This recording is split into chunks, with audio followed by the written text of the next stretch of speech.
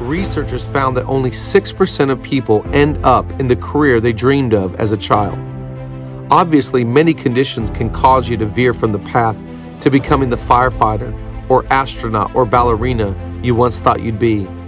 But this dismal number proves that many people's lives don't go the way they planned. Though often this is a good thing, thank God I didn't pursue that DJ career, our broken dreams can leave us feeling disappointed and affect the way we view our worth and potential. The reality is that we don't always accomplish all that we set out to do. Our lives don't always turn out the way we hope they would. We dream of a relationship with a certain person, a career path, or a perfect family, and when those dreams don't work out, like my own relationship didn't, we're left to wonder, where do I go from here? What do I dream of now? Should I throw in the towel? Because God gives us free will, we get to experience what it looks like to mess up and destroy our lives. And mess up our lives we often do. While working as a youth pastor and dating long distance, I refused to listen to the advice of others and even the voice of God about ending my relationship.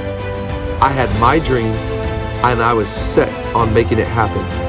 Because of this, I was ignoring people I should have been more focused on. The youth ministry I was running was shrinking, and I started failing at what God had called me to do. I could barely look people in the eye. Eventually, I came out on the other side of the heartbreak with an understanding of God's better plan. But my decisions delayed my destiny, and it took a while to truly move past the pain of the whole experience. The prodigal dream. My story, like yours, is beautifully depicted in Jesus' parable about the prodigal son in Luke 15. It's the story of a father with a son who asked for his inheritance early. Though the father knew the request was a bad idea, he granted it, and in return, the boy took the money and squandered it. With his free will, the son pursued his dream. He chased after what Jesus described as wild living in verse 13.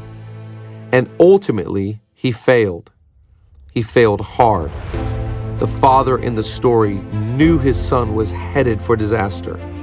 You want to test the waters out there? He probably thought. You want to go mess up your life? That's fine. I would love to protect you from all of that, but you made your choice. Jesus said that once the son's money ran out, he went and hired himself out to a citizen of that country who sent him into his fields to feed the pigs. He went from living the dream to living in the pen with pigs and even longing to fill his stomach with the pods that the pigs were eating. Verses 15 and 16. It's while the son was filled with disappointment and coping with his failure that the story takes a turn. Jesus told us that when the son was in the pen, he started to remember his father's house. He started to recall his father's servants and how even they had food to eat and a bed to sleep in. So he got up and went to his father. Verse 20. In his darkest moment, he remembered that things were better his father's way.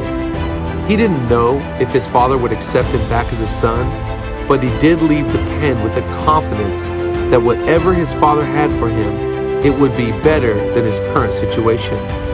The story ends with the father, a picture of God and his perfect love for us, running to his son, throwing his arms around him, bringing him back into the family, and honoring him with a huge party. It's what Kanye West and I like to call the God dream. And it's what God, your Father, is waiting to give you. Despite your brokenness, despite the failure of your own plan, God is still ready to take you into his future. When you find yourself in the pen or in the car making the phone call, remember how God views your broken dream. He looks at you and says, your most recent failure is only a minor setback for a major comeback. Success often looks different from the way the world paints it.